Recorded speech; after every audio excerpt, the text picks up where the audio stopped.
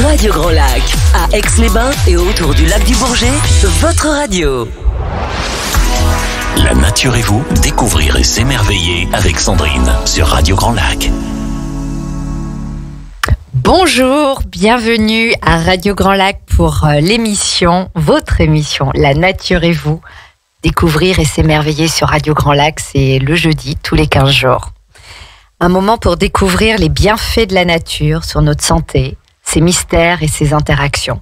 Depuis la nuit des temps, la nature nous inspire et nous émerveille.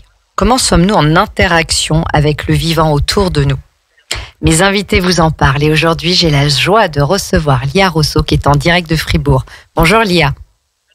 Bonjour Sandrine. Bienvenue. Alors, je vais vous présenter dans quelques instants. Avant cela, à l'origine de cette émission, l'idée était de rendre accessible au plus grand nombre tout ce qui nous unit à la nature, de recréer ce lien que nous avons intrinsèquement en nous, car nous sommes la nature.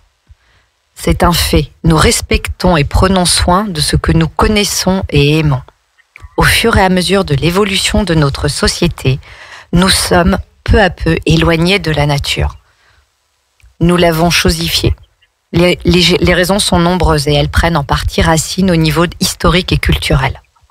Ce qui nous unit à la nature est déjà d'ordre biologique et physiologique. Pour explorer ce monde étonnant et passionnant, j'ai la joie de recevoir Lia Rosso. Lia, vous êtes italienne et vous vivez à Fribourg. Vous êtes biologiste, journaliste scientifique et éditrice. Jusqu'en 2011, vous travaillez à l'Université de Lausanne comme chercheuse en biologie cellulaire et moléculaire. Vous avez écrit plusieurs livres, dont le dernier paru en 2019, La nature en nous. Au-delà de vos fonctions, j'ai senti dans votre livre et dans nos échanges une femme d'une grande sagesse, humble et bienveillante, curieuse de comprendre la vie, le vivant en général. Votre livre, La nature en nous, rend justement accessible à tous les mystères de la vie biologique en allant du macro au micro, de nos cellules de notre corps à celles présentes dans le monde végétal. Et j'ai trouvé que votre livre se lit comme un carnet de voyage poétique aux confins du vivant. Alors Lia, qu'est-ce que la nature pour vous ? Wow, merci Sandrine pour cette introduction. Peut-être si je veux répondre à cette question, je suis obligée de passer par l'expérience parce que je crois que chacun de nous finalement fait l'expérience de la nature à sa façon. Et moi, j'ai eu dans ma vie 2 guides quelque part qui m'ont accompagnée à la rencontre de la nature.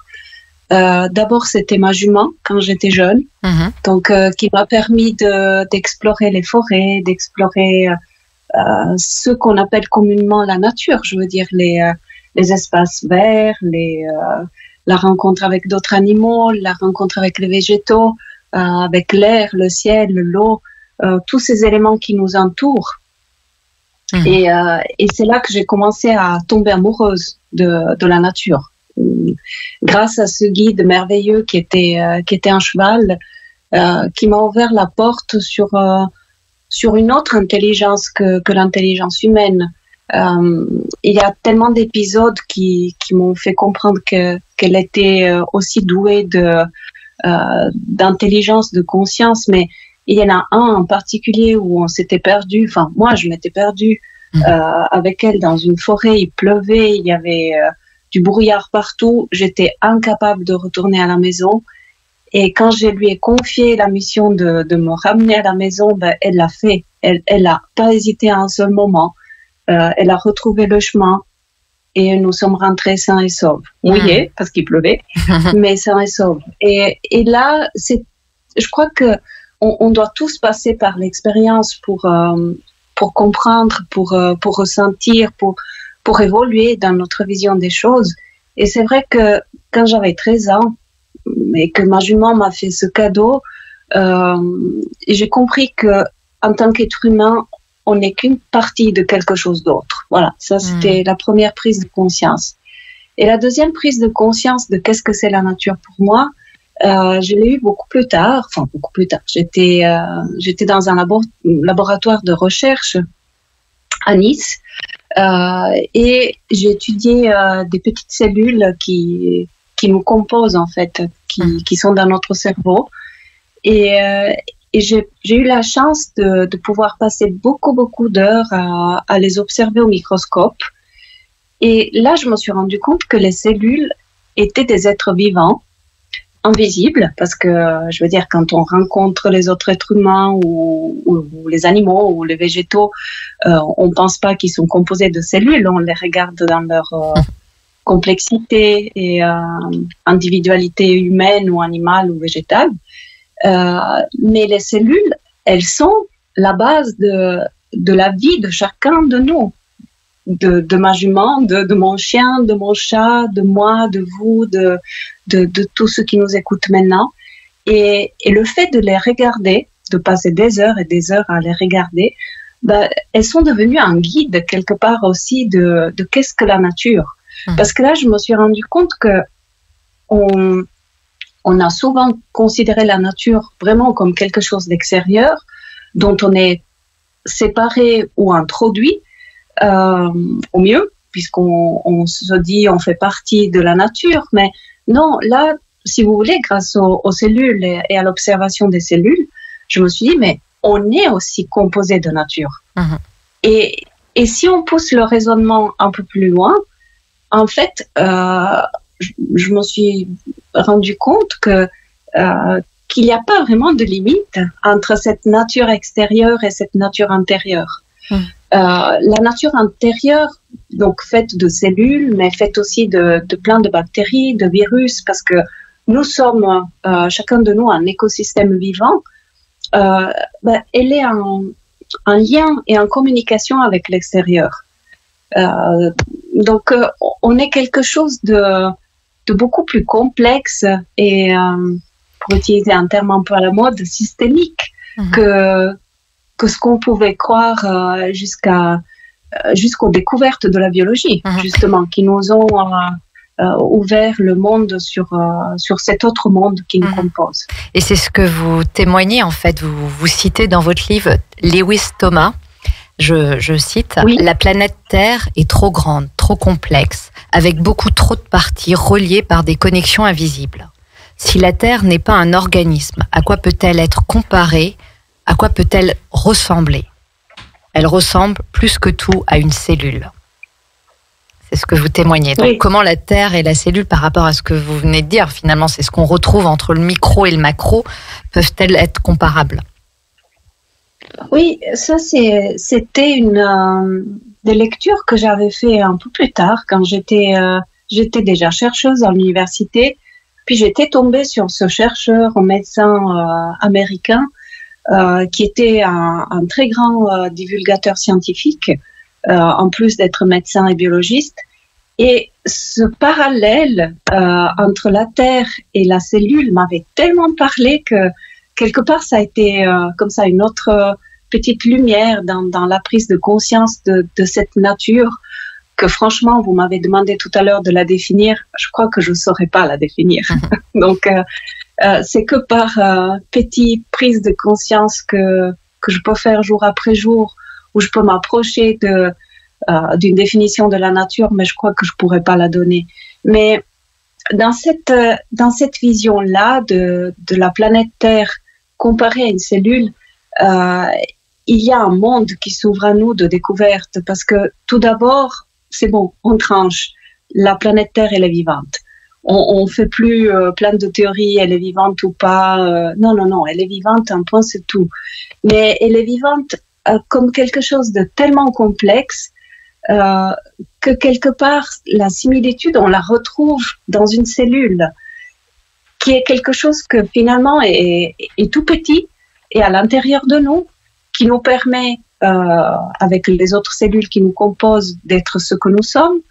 Donc, moi, je trouve que c'est vertigineux. C'est pour ça que j'aime cette phrase, parce que quelque part, elle ouvre sur d'autres questionnements et elle nous ouvre sur ce vertige d'aller-retour entre l'infiniment petit et l'infiniment grand, que c'est un vertige pour nous, êtres humains, mais qu'il n'est pas du tout pour la nature. La nature, elle est très à l'aise avec tout ça. Une bactérie ou une plante, une montagne, une planète, voilà, comment dire, ils sont à l'aise de la même façon. Et nous, dans notre façon de concevoir les choses, c'est un peu plus compliqué, c'est plus vertigineux. Voilà.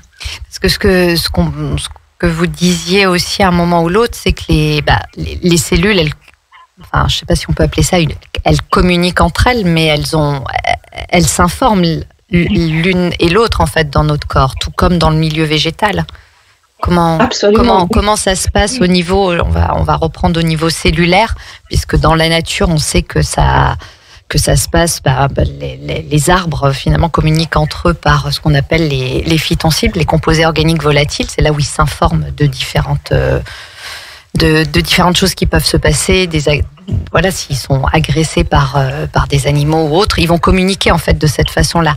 Au niveau cellulaire, dans notre organisme, comment ça se passe, cette communication? Mais en fait, il y a quelque chose je dirais de merveilleux qui se passe dans notre corps, dans nos corps, dans tous les corps vivants, c'est qu'il y a énormément d'interactions et, comme vous dites justement, de communication.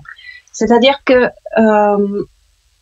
quand en tout cas, c'est un peu l'impression que j'avais moi quand j'ai commencé à étudier la médecine, la biologie. On a longtemps transmis cette vision très machine du corps, où quelque part un organe, il est là, il est à côté d'un autre, mais peu importe l'interaction qu'il y a entre eux. Alors que finalement, si on regarde la nature qui est en nous, si on regarde toutes ces cellules qui interagissent les unes les autres, on se rend compte qu'il n'y a pas d'indifférence. Il y a un intérêt constant des cellules les unes des autres, parce que aucune cellule ne peut vivre isolée. On parle souvent aussi des bactéries, mais les bactéries, même si c'est des petites cellules isolées, elles ont tendance à se mettre ensemble, créer des microfilms. Et c'est comme ça de partout. Toute forme de vie a tendance à aller vers une autre forme de vie et créer des interactions et collaborer et devenir peut-être aussi autre chose. Parce que c'est ça un des grands mystères de la vie, l'évolution. Comment on en est arrivé à avoir autant d'animaux complexes autour de nous, et même nous, à être ce que nous sommes. Il paraît que la vie, au tout départ, était formée que de petites cellules. Si on en est arrivé là, c'est parce que les cellules, elles ont continué pendant des milliards d'années à interagir les unes les autres, à communiquer, à échanger des informations. Et ça, je pense que c'est quelque chose j'aime bien parler de ça parce que on est dans une phase de notre vie en tant qu'être humain où on doit se rendre compte que nous aussi on interagit et que toutes nos interactions ont des conséquences sur le vivant et on a une responsabilité vis-à-vis de ça. Et ça, c'est pas nouveau, c'est pas que l'être humain qui fait ça. C'est ça qui est génial dans les découvertes scientifiques actuelles, c'est que on découvre vraiment que toute forme vivante, elle communique, elle interagit, et je dirais aussi, elle a une tendance à collaborer. Là, j'aime bien aussi parler de ça parce qu'on a souvent considéré la vie comme une grande compétition. Où le plus fort gagne. Non, c'est une vision. Bien sûr, il y a aussi un peu de ça, mais c'est que un peu. La plus grosse partie de l'évolution, ça s'est fait sur la base de collaboration entre espèces vivantes. On parle des fois de compétition ou donc entre coopération et compétition, puisque des fois certaines espèces vivantes, au sens large, elles doivent aussi trouver leurs moyens pour pouvoir subsister, mais en même temps elles coopèrent. Si on prend l'exemple du monde végétal, il y a une compétition, par exemple pour les arbres, pour qu'ils puissent aller vers la lumière, et en même temps il y a une coopération de la part de leurs congénères pour aller justement les nourrir et leur permettre d'avoir les minéraux dont ils ont besoin. Donc, et finalement on retrouve cela dans l'évolution de notre planète. Et c'est aussi en ça que s'il n'y avait pas eu la toute première cellule sur Terre, on ne serait pas là. Et je pense que ça, c'est, comme vous le disiez, comme vous utilisiez, c'est vertigineux, en fait, de se rendre compte de ça, qu'on vient de la toute première cellule sur Terre. Et puis, surtout, je reviens à ce que je disais tout à l'heure, c'est qu'on se rend compte maintenant que ces interactions qu'on voit, qu'on commence à bien connaître à l'extérieur de nous, elles se passent à tout moment à l'intérieur de nous aussi. Nos cellules, elles ont chacune un rôle, chacune une fonction. Et elles sont là où elles doivent être pour que le résultat complexif soit un individu comme on est. Et on voit quand il y a des cellules qui se dérèglent à cause de produits chimiques, à cause de maladies autres, de traumas, de chocs, d'infections bactériennes, virales, ce qu'on veut. Eh bien, les cellules, elles perdent leur identité. Par exemple, le cancer, les cellules ont tendance à plus respecter leur cycle de vie et de mort. Elles veulent tout prendre. C'est comme si elles voulaient vivre à l'infini. Et elles deviennent dangereuses pour toute la société de cellules à laquelle elles appartiennent. Donc, pour finir, c'est l'individu animal, humain, qui est mis en danger à cause de cellules qui ont perdu leur identité, leur fonction et leur respect des interactions qu'elles doivent avoir avec les autres. Et ça, on le retrouve de même dans le monde, dans tout l'écosystème qui nous entoure. Dès qu'il y a un dérèglement de quelque chose, ça dérègle tout l'écosystème. Je vous propose qu'on se retrouve après une pause musicale. Oui. Et dans quelques instants, à tout de suite sur Radio Grand Lac. Sur les bords du lac du Bourget, la radio autrement. Radio Grand Lac.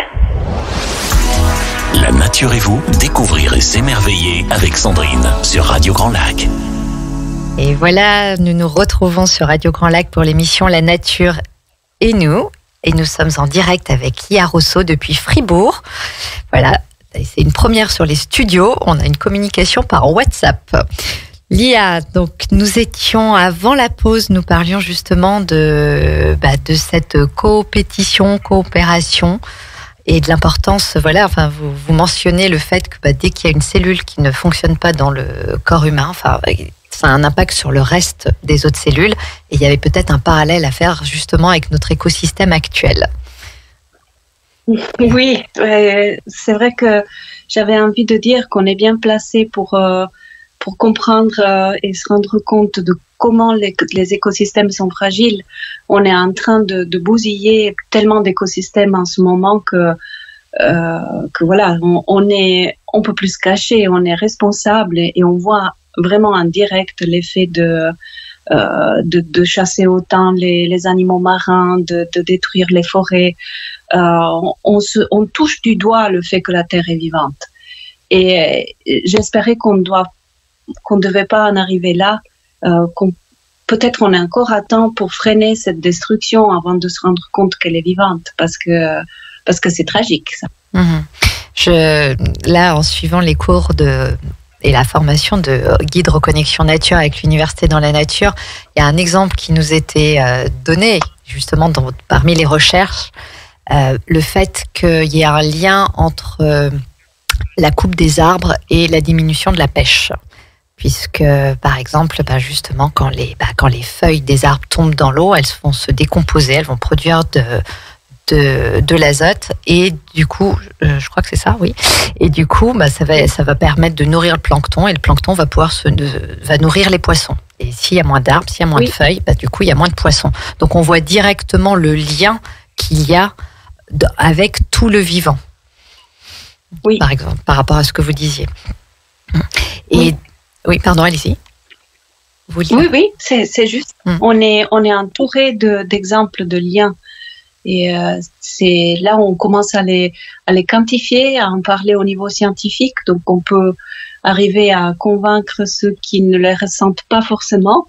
Mais je dirais, il y a une urgence à les reconnaître, ces liens, et surtout à reconnaître la responsabilité qu'on a, nous, en tant qu'espèce, dans cet écosystème fait d'autres écosystèmes qui est énorme.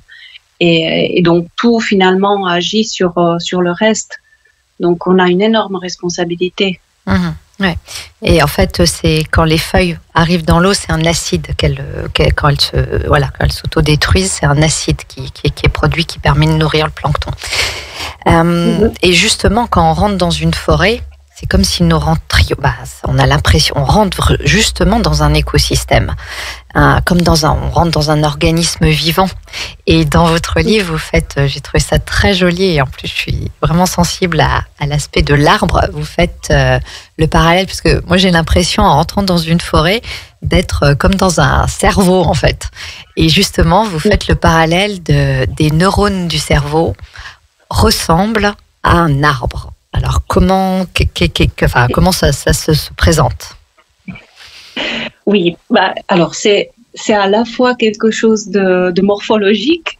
Je dirais, si on regarde juste la forme d'un arbre, c'est vrai que lorsque je dessine des neurones, quand je donnais des cours, je dessinais des neurones, j'essayais toujours de dessiner quelque chose qui ressemblait plus à un arbre. Donc, c'était ma source d'inspiration pour dire qu'est-ce que c'était un neurone. Alors, c'est vraiment la forme extérieure qui ressemble. C'est-à-dire que lorsqu'on dessine un neurone, on fait un grand tronc, c'est l'axone, et puis on lui fait une tête avec plein de branches. Donc, c'est la tête de neurone. Et puis, on a tout au fond, tout en bas, à la place des racines, on a plein d'autres branches qu'on dessine aussi. Et voilà, c'est vraiment au niveau de cette structure où on voit des connexions possibles vers la tête du neurone et vers les pieds du neurone, que le parallèle peut se faire avec l'arbre. Alors après, la différence d'un cerveau où les neurones sont mis en plein de dimensions et ils sont connectés avec plein d'autres neurones, les arbres, ils restent sur une dimension, je dirais, enfin, c'est pas tout à fait vrai, parce que ça dépend quelle forêt où on va. Ils sont aussi connectés sur plusieurs niveaux. Mais c'est vrai que dans nos forêts, on voit pas trop ce niveau pluridimensionnel, on voit plutôt le niveau de dimension. Déjà racinaire, et après au niveau entre autres des composés organiques volatiles qui vont circuler, et c'est comme ça qu'ils communiquent. Voilà. En fait, on a ce parallèle qu'on peut faire avec notre cerveau aussi, où finalement, tous les arbres, ils communiquent entre eux à travers, aussi pas tous les neurones, ils communiquent entre eux, mais les neurones avoisinants, comme les arbres qui sont à côté, mais ils peuvent aller même sur des longues distances. C'est vrai qu'ils communiquent entre eux avec des racines, avec, comme vous disiez, des composés volatiles, et aussi, là aussi, très important, l'interaction avec des champignons, avec les animaux qui disséminent des pollens ou autres. Donc, on retrouve effectivement, lorsqu'on rentre dans une forêt, cette dimension du vivant, d'être dans un organisme qui est vivant, qui bouge, qui est fait d'autres individus qui eux aussi bougent entre eux et qui communiquent entre eux. Donc, c'est vrai que le parallèle on peut le faire, parce que dans notre cerveau, on a aussi plein de messages qui sont des substances chimiques qui sont transmises, mais qu'on retrouve aussi dans l'air. Donc là aussi, c'est ce que je vous disais tout à l'heure, cette limite entre la nature intérieure et extérieure, au niveau du microscopique, la frontière, elle est très fine. Lorsqu'on est dans la forêt, on inhale des substances chimiques que les arbres ont produites. Ces substances, elles rentrent dans notre corps, elles communiquent directement avec nos propres cellules, elles régulent notre système, ou en tout cas, elles interagissent avec notre système nerveux, notre système immunitaire, notre système respiratoire. Donc, quand on rentre dans des endroits qui sont vivants, comme peut être une forêt, c'est normal qu'on se sent encore plus vivant parce qu'on interagit directement avec la vie. Et voilà, il y a une dimension qui est à la fois connue au niveau scientifique et encore une fois, comme je disais avant, très subjectif de la perception qu'on a nous, et qui nous renvoie finalement à notre propre expérience de la vie et de la nature. Ouais, on rentre dans ce monde invisible, en fait. Qui est invisible comme ça, de façon tangible. Qui est invisible parce qu'on ne peut pas, le toucher. Mais par contre, qui est très visible dans les réactions maintenant, grâce aux différentes recherches scientifiques, qui est très visible dans leur effet, par contre. Oui, et qui commence à être mesurable. Ouais, donc, scientifiquement prouvé, puisque du moment qu'on a une mesure, on peut répéter, puis on peut donner une hypothèse et avoir une pensée scientifique. Mais il y a une... Pardon. Non, allez-y. Oui, je vous en prie. Non, je disais, il y a une dimension dans les arbres qui m'a toujours frappée, mais là, voilà, je reviens sur quelque chose qui n'est pas forcément scientifique, c'est vraiment plus au niveau de ma perception. Mais c'est vrai que je me souviens quand j'étais enfant, j'avais perdu une amie. Voilà, c'était la première fois que j'étais confrontée à la mort. Puis voir un corps comme ça qui était vivant, qui ne l'est plus, m'avait fait penser une fois. Je me promenais à côté d'arbres énormes qui étaient peuplés de plein d'oiseaux. C'était un début de l'automne, donc ils allaient migrer. Et tout d'un coup, cet arbre qui était plein de bruit, plein de vie, il y a eu un nuage qui est parti de l'arbre. C'était tous ces oiseaux qui se sont envolés. Et ça m'a vraiment donné cette image de la conscience qui nous traverse, qui traverse la vie, qui est faite d'autres vies. Parce que c'est vrai que là, il y avait l'arbre, il y avait les oiseaux, mais nous sommes aussi un peu comme ça. Je veux dire, là, on parlait de cerveau, donc cerveau, intelligence, conscience. C'est vrai que je dirais c'est le parallèle peut-être plus fort qui m'est resté entre ces neurones qui sont constamment immergés dans une pensée, dans une conscience, dans un flux de molécules, probablement aussi de bruit microcellulaire, et qui en fait, tous ces mouvements, ils causent notre conscience quelque part, ils produisent notre conscience, un peu comme ces oiseaux dans l'arbre en étaient la conscience, une partie de la conscience de cet arbre. Et il y a une expérience, en fait, moi qui m'a beaucoup marquée, c'est celle de Clive Baxter, qui a écrit L'intelligence émotionnelle des arbres. Clive Baxter était un chercheur, c'est lui qui a créé le détecteur de mensonges à la CIA. Et il avait fait une expérience avec ses plantes, c'était dans les années 60, où il avait branché des électrodes sur la feuille de la plante, et puis il était allé boire son café. Et au retour, dans le couloir, il s'est dit, tiens, je vais approcher une flamme de la plante, puis on va voir ce qui se passe. Et au retour, il voit les réactions, en fait, le graphe qui était dessiné, la plante avait réagi, alors qu'il était à des distances de la plante.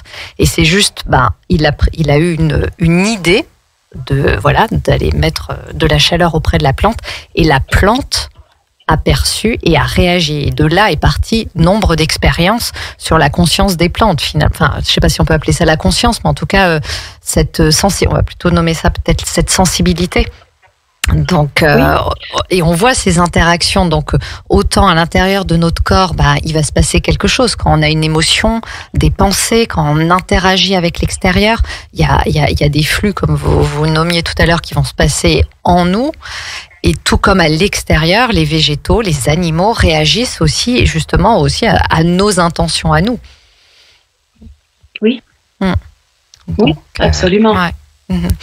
Et tout ça nous ramène à quand même, puis on conclura peut-être là-dessus, il y a une chose, en lisant votre livre, dans les expériences qui ont été faites, c'est pour revenir à l'humilité d'être un être humain sur cette grande planète Terre, dans ce vivant, c'est que le nombre de gènes humains est de l'ordre de 25 à 20 000, alors que le nombre de gènes d'un peuplier est de 45 000.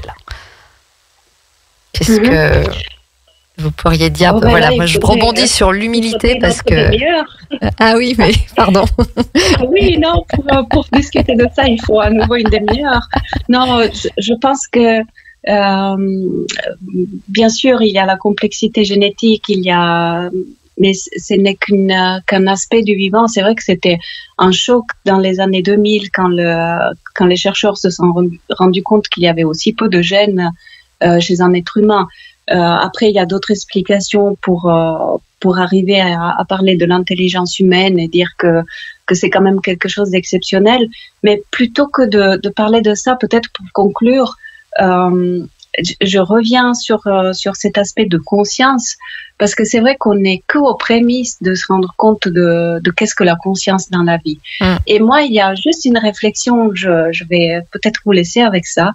Nos cerveaux, qui sont les exemples de la conscience par excellence au niveau scientifique, sont faits de cellules. Donc, je reviens à ce qu'on disait au départ. Et ces cellules, elles se sont mises en place pour former des cerveaux sans aucun diplôme humain, sans aucune instruction humaine. Donc, quelque part, où commence la conscience? Voilà. Et moi, en réfléchissant à ça, je me dis qu'on n'est vraiment pas arrivé encore à tout comprendre de la conscience de la vie, parce que comme vous disiez justement, les plantes, elles sont capables de montrer qu'elles ont quelque part une intelligence, une conscience, une réactivité, tout comme nos cellules, que je le répète, elles se sont mises en place pour nous former tels que nous sommes aujourd'hui et sans aucune formation humaine à la base. Donc voilà, il y a peut-être encore des choses à apprendre de la nature. Eh bien, merci Lia, ravie de cet échange. J'espère que nos auditeurs auront découvert un petit morceau de ce monde mystérieux. Et nous nous retrouverons dans 15 jours. Pour conclure, j'aurai la joie, si jamais vous êtes intéressé, il y a une sortie Reconnexion Nature avec Essentiel Nature. Vous aurez toutes les informations sur Essentiel au masculin el-nature.com et c'est demain, Reconnexion Nature à 14h15. Et nous nous retrouverons dans 15 jours. Ce sera autour des plantes. Voilà, je vous remercie. À très bientôt sur Radio Grand Lac. Et belle journée. Radio Grand Lac, 92.1, le grand bain de la vie locale.